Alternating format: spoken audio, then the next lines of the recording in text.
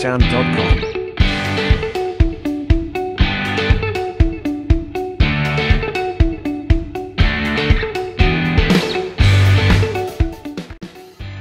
Bismillahirrahmanirrahim. Assalamualaikum warahmatullahi wabarakatuh. Ya, kita kembali lagi ya di Alfala Cirebon Channel, cerdas, berakhlak mulia dan berprestasi. Ya, kita sudah 2 pekan ya. Kita tidak mengirimkan, atau Pak Salman dan Bu Gina baru mengirimkan kembali video pembelajaran ya, karena 2 pekan kemarin kita digunakan untuk persiapan PTS dan juga PTS ya. Nah, untuk pekan sekarang kita akan mulai kembali ya.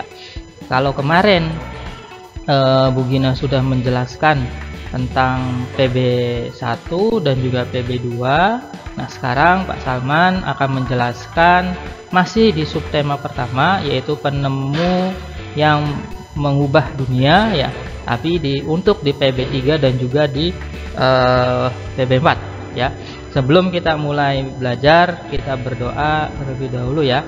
Bismillahirrahmanirrahim. Ya. Raditu billahi robba wa bil islami dina wa bil muhammadin nabiyya wa rasula rabbi zidni ilman warzuqni fahman amin ya robbal alamin. Oke, terima kasih anak-anak.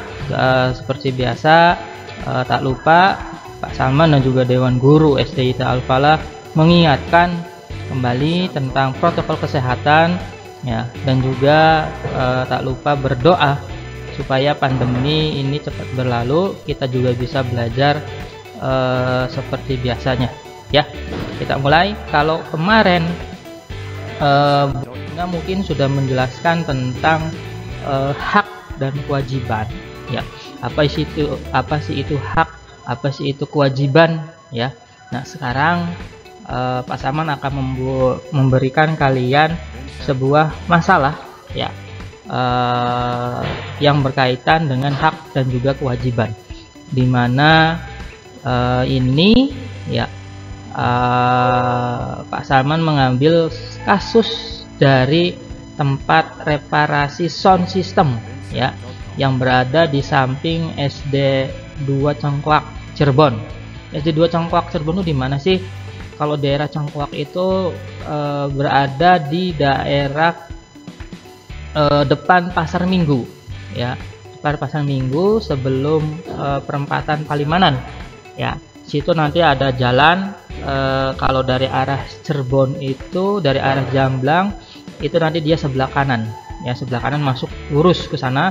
Nah, itu ada yang namanya daerah Cengkoak. Nah, di daerah Cengkoak ya itu ada SD 2 Cengkoak ya. SD 2 Cengkoak itu dimana sampingnya persis sampingnya itu adalah tempat reparasi sound system ya, tempat reparasi sound system. Nah, dimana sound system ini pemiliknya itu dia ketika ingin mencoba sound system itu, suaranya ya, itu dia terdengar. Ini Pak Salman ambil dari video Radar Cirebon ya. Cuman Pak Salman ketika nyari lagi videonya sudah nggak ada, tapi Pak Salman pernah lihat ya. Pak Salman pernah menyaksikan, ini ada di Facebook kalau tidak salah, yaitu tentang tempat reparasi yang berada di sampingnya persis, pahamnya persis. Dan ketika ingin mencoba sound system itu bukan malam yang mereka gunakan waktunya ya, tapi juga ketika pagi ya, atau ketika siang, dimana kondisinya adalah ketika anak-anak KBM ya. Nah, tugas kalian kira-kira dari tadi penjelasan Pak Salman ya, kira-kira gimana hak anak-anak ya yang terganggu ya, gimana kewajiban dari seorang pemilik sound system ini ya. Kalian bisa analisis tuh ya, bisa analisis apa sih yang harus kalian lakukan ya, apa sih hak apa yang mereka langgar, hak apa yang mereka abaikan, ya, hak apa yang mereka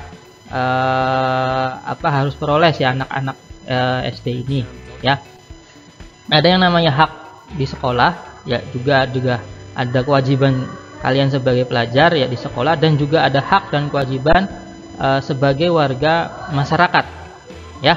Coba kalian analisis, apa sih, gimana, ya, apa yang dilanggar oleh si pemilik sound system ini, ya, hak apa yang seharusnya anak-anak peserta didik atau siswa dari SD Cengkoak ini yang dirampas ya oleh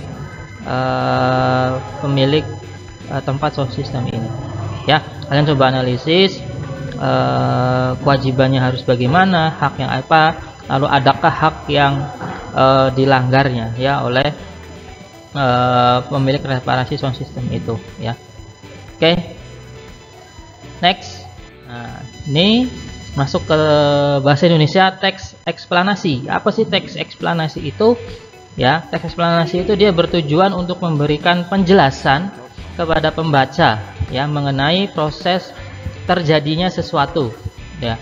Lalu teks eksplanasi ini memiliki struktur agar dapat dipahami dengan mudah, ya. Struktur teks eksplanasi ini terdiri dari yang pertama itu pernyataan umum, ya. Lalu deret penjelasan atau isi. Yang terakhir itu adalah kesimpulan atau penutup, ya. Adapun teks eksplanasi adalah teks yang dibuat untuk menjelaskan proses terjadinya suatu peristiwa fenomena secara ilmiah, ya, baik berupa fenomena alam maupun fenomena sosial. Nah, ciri-cirinya ini ya tadi sudah dijelaskan di awal, cuman Pak Salman perjelas kembali, ya. Ini memuat informasi berdasarkan fakta. Strukturnya terdiri dari pernyataan umum, memberikan gambaran awal tentang sesuatu yang disampaikan dengan pernyataan yang bersifat umum, ya. Deretan penjelasan atau eksplanasi ini merupakan inti penjelasan yang disampaikan. Lalu interpretasi yaitu berisi pandangan atau simpulan penulis, ya. Jadi teks eksplanasi ini dia membuat di penutup kira-kira ajakan lah, ya, ajakan apa dari penulis, ya, untuk memperbaiki keadaan sosialnya atau memperbaiki keadaan yang mereka lihat di dalam kehidupan, atau ketika mereka atau penulis ini dia survei ke tempat sesuatunya, ya, ke tempat misalkan ke tempat objek wisata, ya. Mereka misalkan menemukan gejala ternyata banyak sampah di situ, ya. Tadi mereka menulis sampah, ya, itu harus segera diurus, ya. Sampah harus segera dihilangkan agar objek wisata tersebut bisa ramai kembali. Nah, itu kira-kira pandangan tentang penulis seperti ajakan, ya, mengajak masyarakat untuk berbuat baik atau mengajak masyarakat untuk mendatangi ya tempat tersebut. Oke. Next, nah ini rangkaian listrik, ya. Kalau kemarin tidak salah Bu Gina juga sudah menjelaskan apa itu rangkaian terbuka, ya, dan juga apa rangkaian tertutup, ya. Kalau rangkaian terbuka itu arus listriknya dia tidak akan nyampe, ya, tidak akan muter, ya. Dia tidak akan mengelilingi daripada rangkaian listrik tersebut. Akhirnya ketika rangkaian itu terbuka, ya, maka tidak ada lampu pun yang menyala, ya. Artinya arus listriknya tidak jalan, ya. Arus listriknya tidak jalan sehingga semua lampu dia padam. Nah, itu rangkaian terbuka. Nah, kalau rangkaian tertutup dia akan muter terus lampunya, dia tidak akan mati, ya, sampai dengan misalkan sampai dengan sumber listriknya dia padam atau sumber listriknya dia dimatikan. Sumber listrik itu ada beberapa macam, ya. Yang pertama itu arus listrik, ya. Listrik ini yang seperti ada di rumah, seperti yang ada di kelas-kelas kalian, ya. Itu arus listrik dari PLM, ya, dari generator. Nah, ada lagi yang namanya batu baterai. Nah, ini juga dia sumber listrik ya, sumber listrik daripada untuk membuat senter ya, sumber listrik batu baterai. Yang ketiga itu ada namanya aki ya, acu ya. Acu ini dipasang biasanya ada di motor dan juga ada di mobil ya. Aki ya, itu salah satu sumber listrik. Nah, alatnya untuk merangkainya itu adalah ada yang namanya kabel ya. Kabel ini terbuat dari tembaga ya, terbuat dari tembaga. Nah itu. Nah ini pada rangkaian seri ya, alat listrik disusun secara seri atau berderet ya, atau tidak bercabang.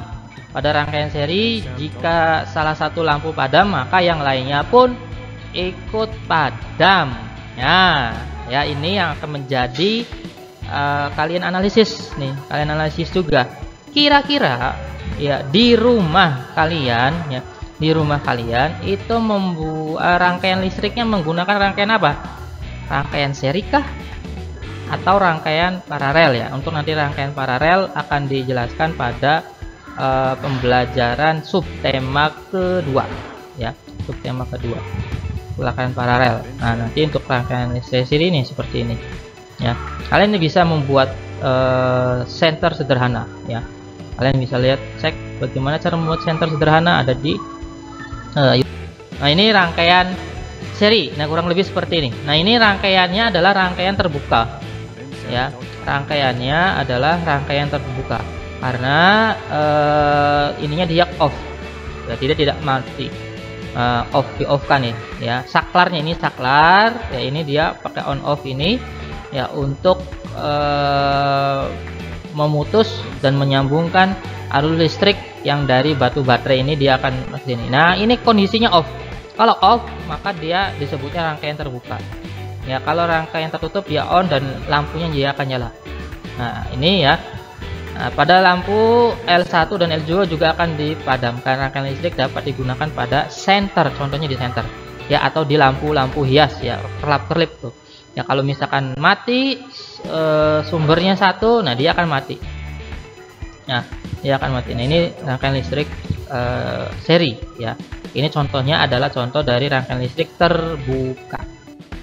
Nah berikutnya menyajikan teks eksplanasi dalam bentuk diagram. Nah kita dapat memahami teks eksplanasi dengan membaca dengan cermat. Selain itu kita juga dapat mengajukan pertanyaan apa, di mana, apakah damba ya, apakah damba ya, apa, bagaimana, kapan, siapa, mengapa, dan bagaimana, yaitu singkatan ya. Kalau di bahasa Inggrisnya yaitu 5W 1H, tapi kalau di bahasa Indonesia kan itu ada jembatan keledainya yang namanya apakah damba ya, apakah damba dalam bentuk diagram. Nah ini hak dan kewajiban. Nah ya, saya menjelaskan di sini nih untuk menjawab tadi tugas yang Pak Salman memberikan ya. Hak adalah sesuatu yang harus diperoleh setiap orang sejak lahir ya.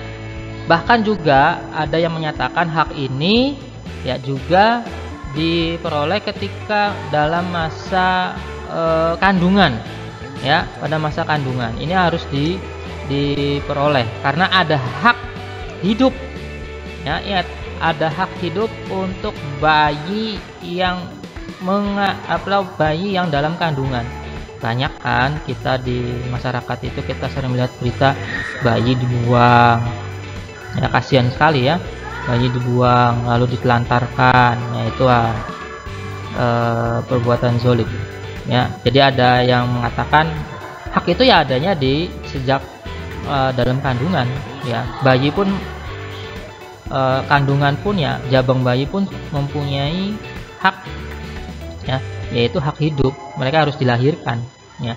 Hak harus digunakan dengan, nah ini, dengan bertanggung jawab agar tidak merugikan diri sendiri maupun orang lain. Jadi ada rasa tanggung jawabnya. Jadi hak itu hak orang ya itu dibatasi, ada batas-batasannya ya, dibatasi dengan kewajiban ya, dibatasi juga dengan hak orang lain. Contoh tadi yang seperti Pak Salman ini kan ya, kalian ya, nyetel televisi gede-gede, ya, nyetel televisi, suaranya keras. Hak kalian nggak apa-apa. Tapi ada juga hak orang lain yang terganggu oleh kalian, ya, yang harus kalian penuhi. Kewajiban kita ya di masyarakat yaitu adalah saling menjaga, ya, saling menjaga. Misalkan jadi tetangga kalian ada yang sakit gigi, kalian nyetelnya keras-keras, wah yang ngamuk-ngamuk, ya. Jadi itu, ya, ada hak orang lain yang juga harus kalian penuhi. Ada hak orang lain yang harus kalian perhatikan, ya. Betul, hak kalian adalah misalkan menyalakan musik atau menyalakan TV gede-gede, itu hak kalian. Tapi di situ juga harus kalian perhatikan hak kalian atau hak orang lain, ya. Perhatikan hak orang lain. Nah, ini kewajiban, ya, salah satu kewajiban yang berkaitan dengan mematikan saklar, ya. Mematikan saklar itu adalah sebuah kewajiban, ya, saat listrik telah selesai dilaksanakan. Haknya adalah kita merasakan tagihan biaya yang lebih murah, ya. Jadi misalkan kita ada misalkan kalian dari kamar mandi, ya, lampunya dinyalakan, ya, mau ke kamar mandi, setelah ke kamar mandi, ya, lampunya kalian setek kembali atau dimatikan supaya apa, ya, tagihan listriknya tidak membengkak, ya. Kalau tagihan listriknya membengkak, wah yang repot orang tua kalian, ya, orang tua kalian yang repot. Nah, ini ngomong-ngomong tema, yaitu kita temanya adalah tentang penemuan yang mengubah dunia, ya. Mungkin Bu Gina sudah menjelaskan tentang cara atau penemu listrik, ya. Penemu listrik yaitu adalah apa? Thomas and Friend. Bukan Thomas and Friend, ya. Thomas Alva Edison. Ya, ini di depan pasaman ada Faiz, ada Dapir, ya. Ditanya Thomas and Friend malah ketawa, ya. Thomas Alva Edison, ya. Thomas Alva Edison, dia adalah penemu.